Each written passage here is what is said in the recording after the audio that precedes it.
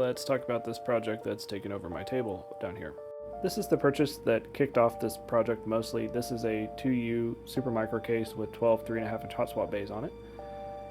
We're putting some table scrap hardware in here. This is an old Celeron board. And we have some more table scraps over here. We have another old Celeron board and some 3.5 inch hard drives.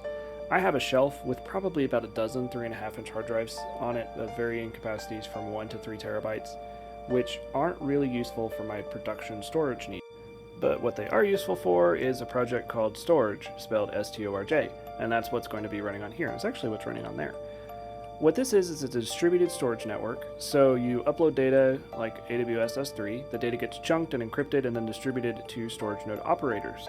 And the idea here is that the storage node operators are leasing space that would otherwise be running, so think you have just an extra 10 terabytes in your NAS. Instead of that having no value and just running idly, you can lease it and get a little bit of coin in return. So this is my node that I've been running for a couple months, and I built this to prove a couple things to myself. The first is that these old Celeron boards actually have enough horsepower to do this, and the answer is they do. The second is that the cost to run this in terms of electricity is low enough that it's actually worthwhile with the return for the measly storage that I'm going to be putting in these things. And the answer to that is yes.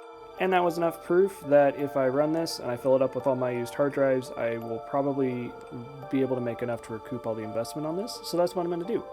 If that doesn't work out, this is just a case. All I've really spent money on is the stuff to make this case work. Think trays, think adapters, think an HBA, so this would be a perfect Proxmox backup server or something of that nature if that doesn't work out.